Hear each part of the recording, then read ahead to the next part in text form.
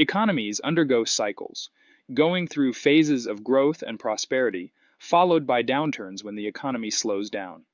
In the 1930s, numerous experts held the belief that it was most advantageous to refrain from intervening in these cycles. They contended that economic declines would inevitably conclude and prosperous periods would resume. At first, President Herbert Hoover held this belief, viewing the Great Depression as a temporary slowdown that would naturally resolve itself. Hoover believed that the government should take action, but he also believed that it should not have too much power or directly help the poor. Instead, he believed that the government should encourage cooperation among various groups to enhance the economy. Hoover believed in helping managers and workers solve their problems while letting them make the decisions. Hoover also believed in the idea of rugged individualism, which stressed the importance of personal effort and self-sufficiency. He held the belief that individuals should look after themselves and one another, while the government should encourage private organizations to support those who require assistance. Hoover supported the idea of charities instead of the government offering food and shelter to people who were poor or unemployed. Hoover adopted a careful strategy in dealing with the Depression.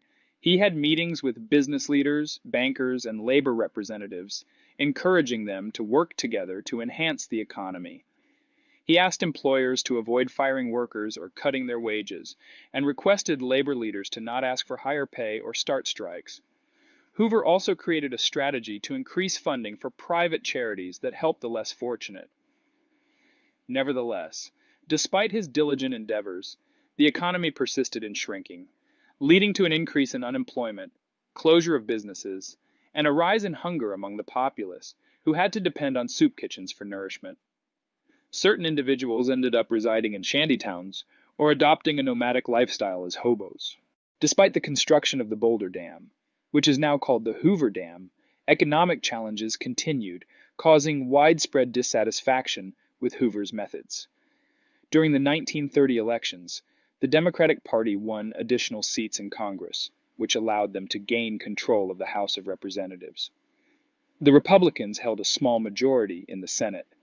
Citizens also expressed their dissatisfaction by burning crops and getting rid of milk, instead of selling them at prices that were lower than the cost of production. The makeshift settlements came to be called Hoovervilles. Despite facing criticism and numerous challenges, Hoover remained steadfast in his commitment to his principles. Although Hoover did not directly assist the poor, he did implement measures to utilize the government in enhancing the economy. He cited the Boulder Dam, now Hoover Dam Project, as an instance where the federal government could foster collaboration among private organizations. Hoover also wanted to help farmers by backing the creation of the Federal Farm Board. This board aimed to find ways to increase crop prices. Furthermore, he attempted to assist banks by advocating for the establishment of the National Credit Corporation. This organization offered loans to banks that were in danger of collapsing. In 1931, as the economy continued to struggle, Congress approved the Federal Home Loan Bank Act. This law was designed to reduce mortgage rates. The objective was to help farmers renegotiate their mortgage terms to avoid foreclosure and safeguard their farms. In addition, Hoover established the Reconstruction Finance Corporation, RFC, which provided funds for projects that created jobs. Nevertheless, despite these endeavors, Hoover's favorability among the general population diminished.